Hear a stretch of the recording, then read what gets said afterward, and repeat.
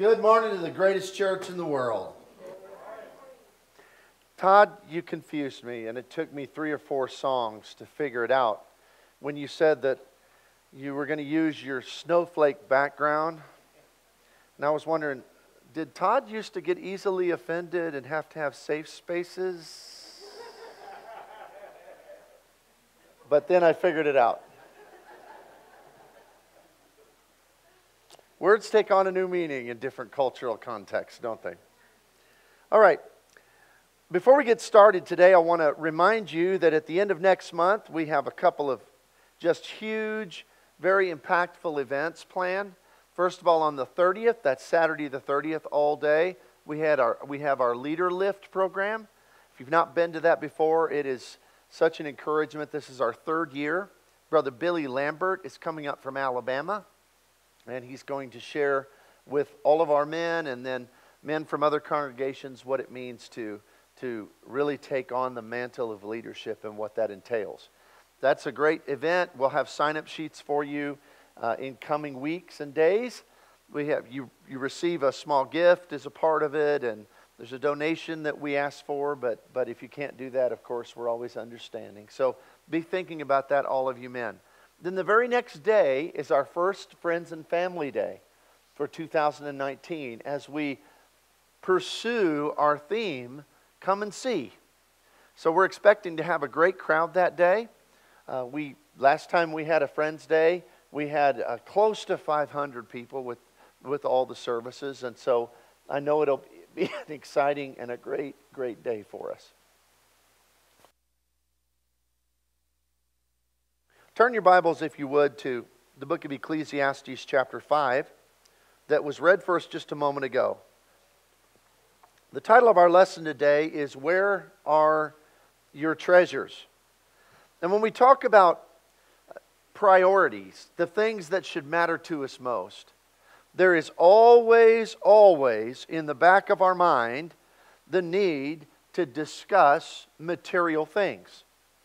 Because frankly, there is nothing else in this material world that pulls at our loyalties and our priorities more than material things. And this is always particularly something we in the Western world, as Americans, as probably as a whole, the wealthiest people that have ever lived in the history of this world, as a society at least, that it's constantly a struggle for us. Consider this. Jesus and the New Testament discuss money as much as faith. As much as faith. And if that's not enough of a reason to be convicted that this is a topic we have to readdress from time to time, consider that Jesus was the perfect friend, the perfect mentor, the perfect teacher, the perfect Lord, and He lost one. And He lost him to greed. He didn't lose him to lust. He didn't lose him to idolatry or other forms of worldliness. The one that Jesus lost, He lost to greed. Now, that's not to say this is exclusive for us. Materialism is not just a problem for people who have a lot of material goods. When I traveled to Guatemala, I've left my wallet sitting here on the front pew. I do that frequently. Sometimes it's underneath the pew, or these are chairs, underneath the chair, and sometimes I forget about it till second service rolls around, and there's never been anything missing. Of course, I never have any money in it, but there's never been anything else missing out of there. And the wallet's always there. Can't do that in Guatemala. They're good brethren. They're very, very poor. But they struggle with materialism as well. In fact, the missionaries who've been working with them for 18 years don't even leave their wallets and cell phones laying around, even at church. Because rich people struggle with materialism, poor people struggle with materialism, and everybody in between. So as we address this topic, it's very important to see how very vital it is to our spiritual maturity. Now, it's funny because we have some of the most intriguing personality quirks because of finances. I remember having a dear friend years ago that would drive me crazy because I knew they were having financial struggles, and they'd go to a restaurant and their little kids, we always made our kids drink water unless a Coke came with the kids' meal. That was kind of our family rule. But we'd go out to eat, and our kids would be so upset because they'd be eating a kid's meal or drinking water and sharing a meal or whatever. And these folks we knew they had personal financial struggles, but their kids would order off the adult menu and eat about a third of it, and the rest of it would get thrown away, order anything they want. I remember one time they ordered these big foo-foo drinks. They were mocktails. They didn't have any alcohol in them, but those things are like $6 or $7 a piece, and their kids are, and I'm thinking, that is so strange. And then we had another friend and his wife that went with us to Lake Tahoe encampment one time, years and years ago. Now, this particular brother has been very, very successful in business. Very successful. And the Lord has blessed him materially with just more than I can even imagine. And he's a very generous brother. He and his wife were so generous that they provided and paid for a kidney transplant surgery for a member of that congregation. And that expense, I can't even wrap my mind around how much that would have been. Yet they went with us out to Tahoe, and we went out to eat. And he said, we want to take you and Lenora out to a nice dinner. So there's this seafood restaurant out on the pier in Lake Tahoe. And we get there, and we're like, are you sure? That place is kind of spendy. We get there, and it's very busy. There are people standing around waiting to get in. And our friend went up to the lady who was taking names, and he said, is there any way you can get us in a little bit quicker? And I saw him slide a $20 bill across to get us, higher up in the line. And he went back, and his wife was looking at the menu. And she said, I can't believe this. It's like $18 a meal. She said, we're leaving. And her husband said, no, we're not. Yes, we are. This is embarrassing. We're not leaving. It's no problem. I'm just not paying that. I'm just not going to. She was kind of tight. She bought all of her clothes at thrift stores and the Goodwill. And they lived in an 11,000 square foot house with 7 garage bays. I mean it. And so isn't that funny? People are just odd about material things. Either they're really, really loose or they're really, really tight. And it's not always a reflection of whether they're generous and whether money is the most important thing. It's just kind of it seeps into different personalities in different ways. But it is about priorities. There was a young man who won a radio contest years ago in Chicago. And his name was Jay Goltney. And Jay Goltney was a college student, and the radio offered, they said, what's the most outrageous thing you'll do for $10,000 cash? They had 6,000 sheer weirdos submit all sorts of ideas. But Jay Goltney won. So on the day that he was scheduled to perform his stunt, they had a table. Of course, the television cameras, the radio people were all there. They had a table set out with fine china, with a fork, a spoon, and pruning shears. They had a vase with flowers, a tablecloth, and the 11-foot birch tree sapling he'd agreed to eat.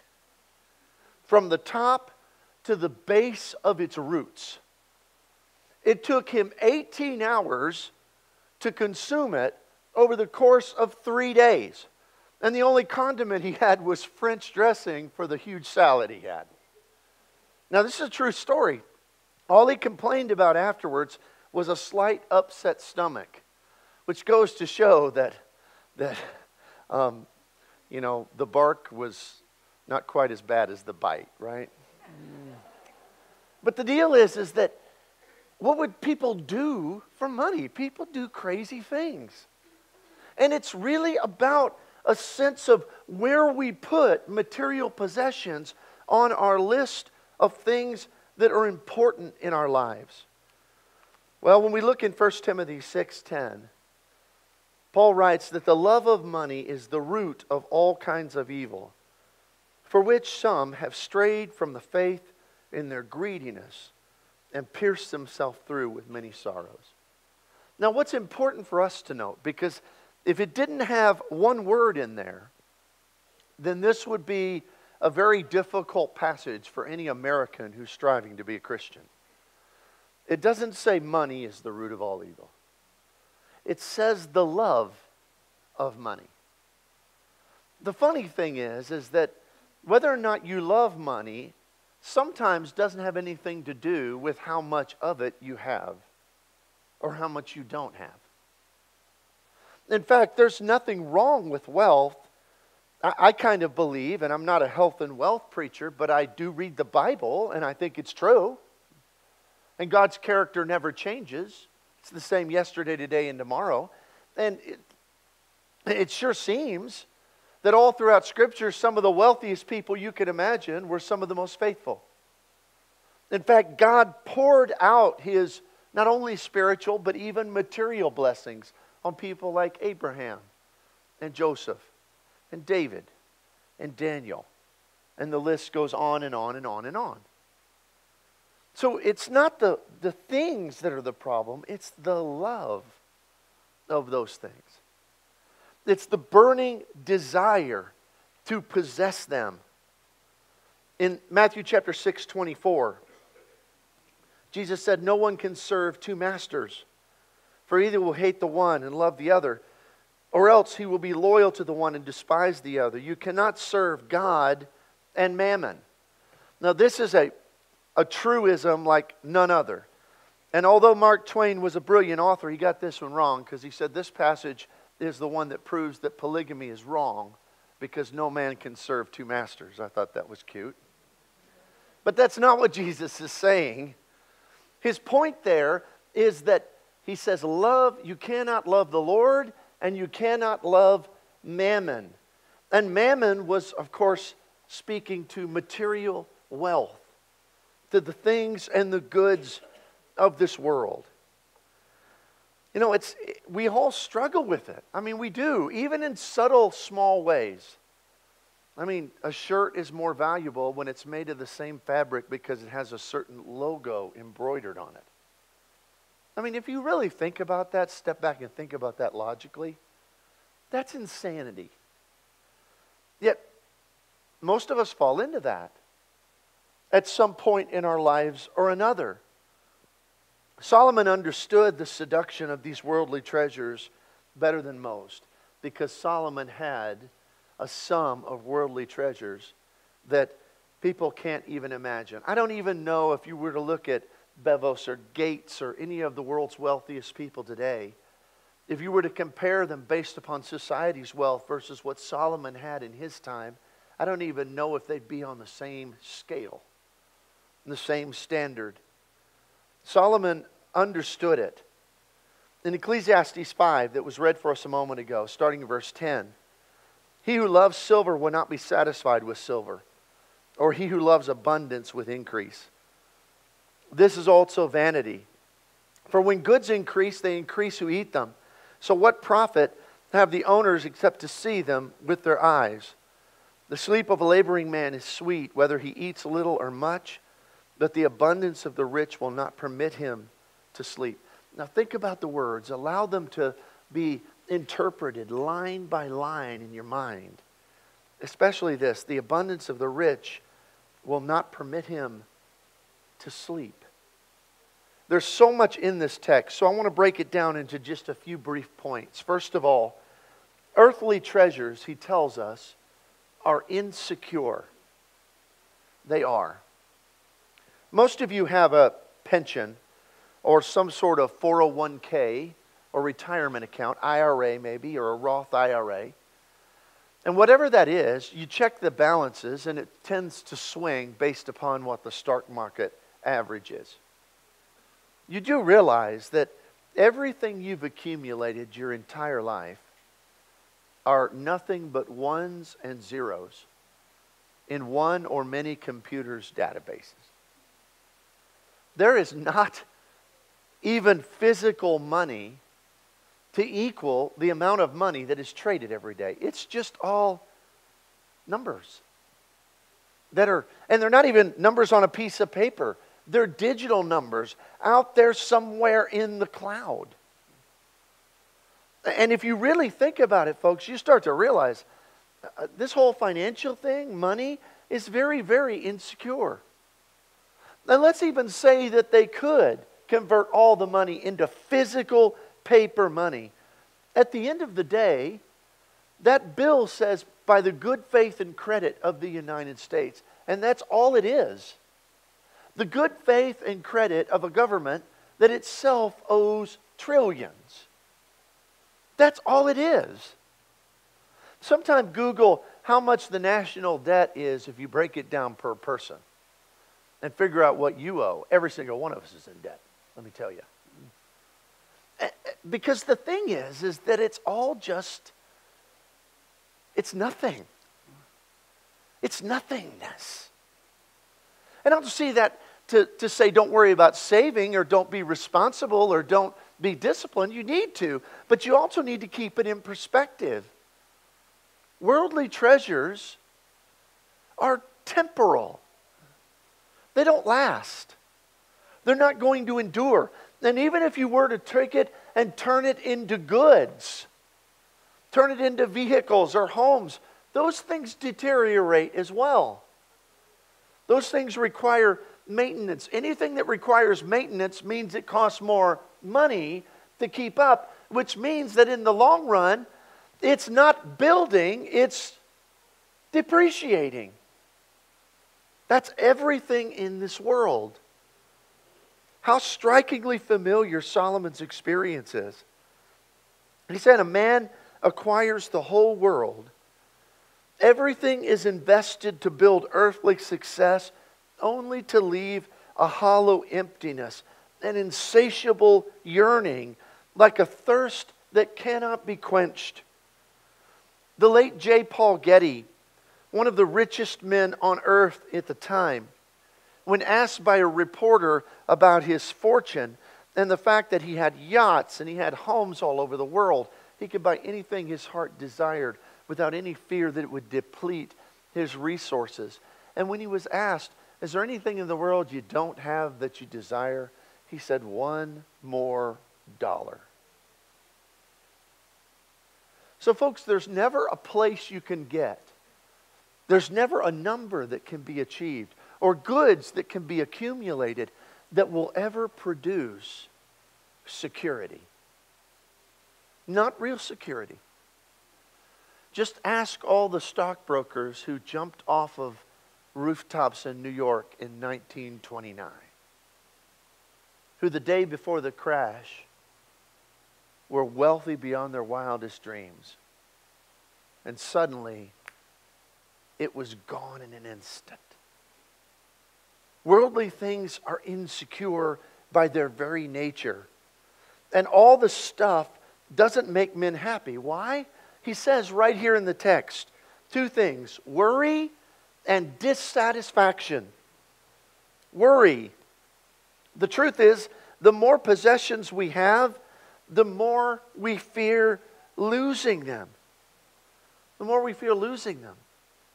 And there's no doubt that in some ways, people try to accumulate wealth so that they'll have less to worry about. But sometimes that means they have more to worry about. There was a fellow who worked at one of the top resort hotels in Hawaii.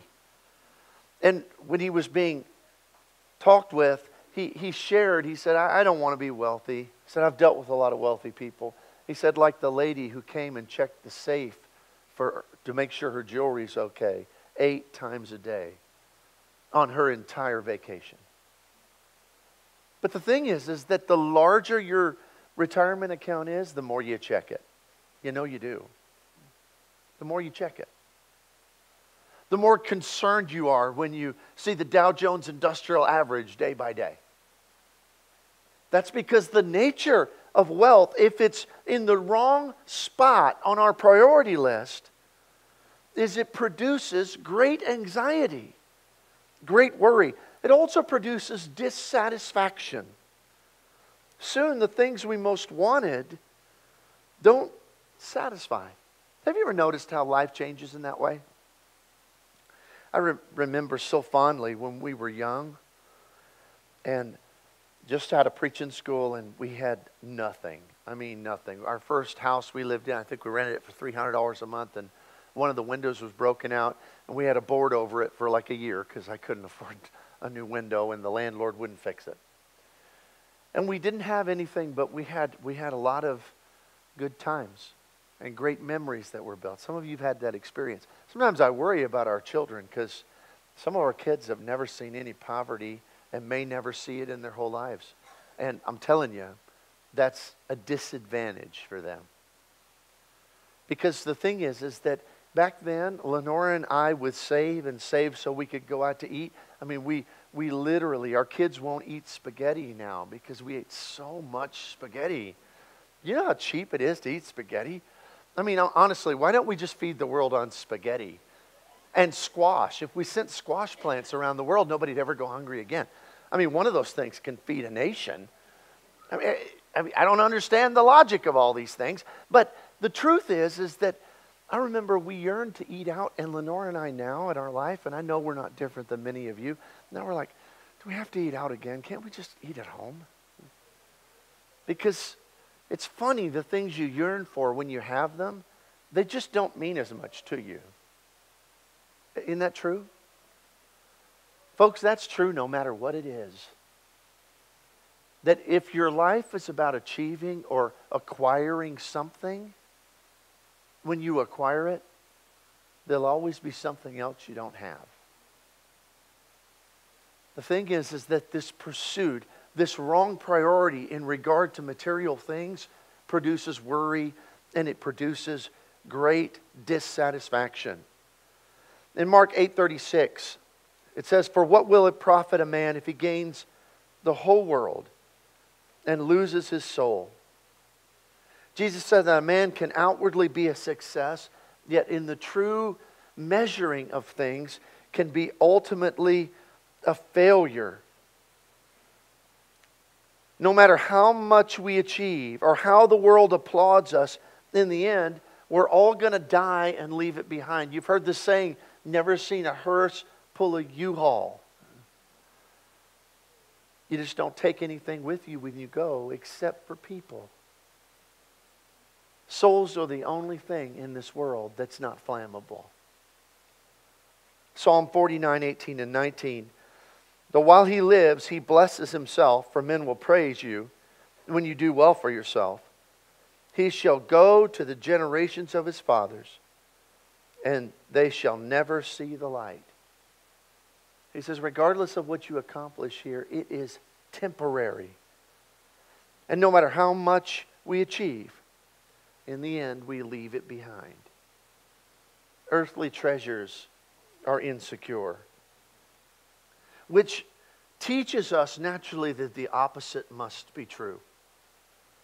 That the treasures on high are incorruptible. Matthew 6:19 through 21, this is a text we're familiar with. In the Sermon on the Mount where Jesus says, "Don't lay up for yourselves treasures on earth, where moth and rust destroy, and where thieves break in and steal. But lay up for yourselves treasures in heaven, where neither moth nor rust can destroy, and where thieves do not break in and steal. For where your treasure is, there your heart will be also." Jesus tells us that there are priorities which can accumulate capital that will last. 1 Peter 1:3 through 5. "Blessed be the God and Father of our Lord Jesus Christ, who is according to his abundant mercy has begotten us again to a living hope through the resurrection of the dead, and an inheritance incorruptible and undefilable, which will not ever pass away." Oh. Have you noticed we don't write songs about heaven anymore? Todd, have you noticed that the newer songs are not about heaven? Except for maybe "There's a Stirring." That's the only one I can think of. But most of the songs written about heaven, you know when they were written? Look at the dates. The 1930s. Why do you think people in the 30s would have written songs so frequently about heaven? Because they were satisfied with just a cottage below. a little silver and a little gold, because that's all they knew during the Great Depression they were ever going to get. But in that ransom, where the ransom will shine, I want a gold one that's silver lined. You see, they were looking towards treasures in heaven because circumstances taught them that treasures on this earth, they're not real. See, it can't be deteriorated or stolen. And the word reserved literally means guarded. God is guarding over our inheritance with all of His magnificent grace and all of His abundant power. What better safe deposit box could there be in all of the world? Think how these words sounded to Peter's audience. They were a group of people that were persecuted. They'd been displaced from their homes, from their families. What glorious news that God has set up an account in your name. And you think that your employer has good matching funds. Think about what He who loves you, your Father, who's adopted you as a prince, a princess of the King. The world will scoff at how we as Christians view these things in our lives. But there's such a sweeter prize, even though the world doesn't recognize it. There's a fellow named Rob Cutshaw, who in North Carolina, his business, which never made him very much money, he had to do side jobs all along, was he sold polished rocks on the side of the road at a little stand. And he would go out, and he wasn't an expert on rocks by any measure, but he kind of felt he had an eye for which ones would be somewhat valuable if polished up. And he found a huge, what he called a beautiful blue rock. And he tried to sell it. He tried to get $500 for this rock. Couldn't get anybody to be a taker. So finally, he took it home, and it sat in a closet in a box for 20 years. And he said when later interviewed, he said, somebody would have come along and offered me $300 to pay my light bill, I would have taken it. And it wasn't until after those 20 years that he finally took it to be fully evaluated when cleaning his house.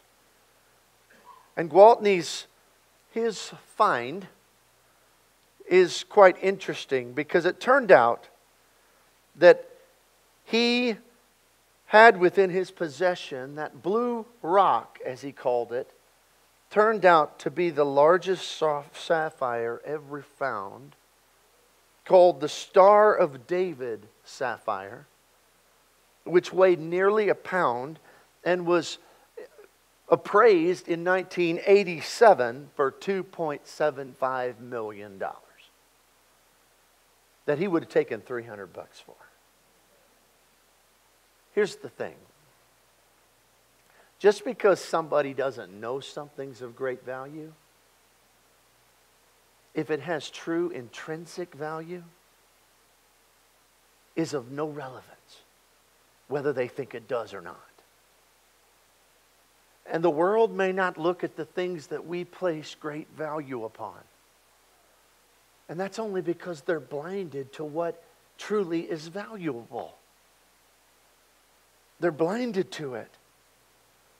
Which leads us to our third and final point of the hour, which is that our vision therefore determines our values.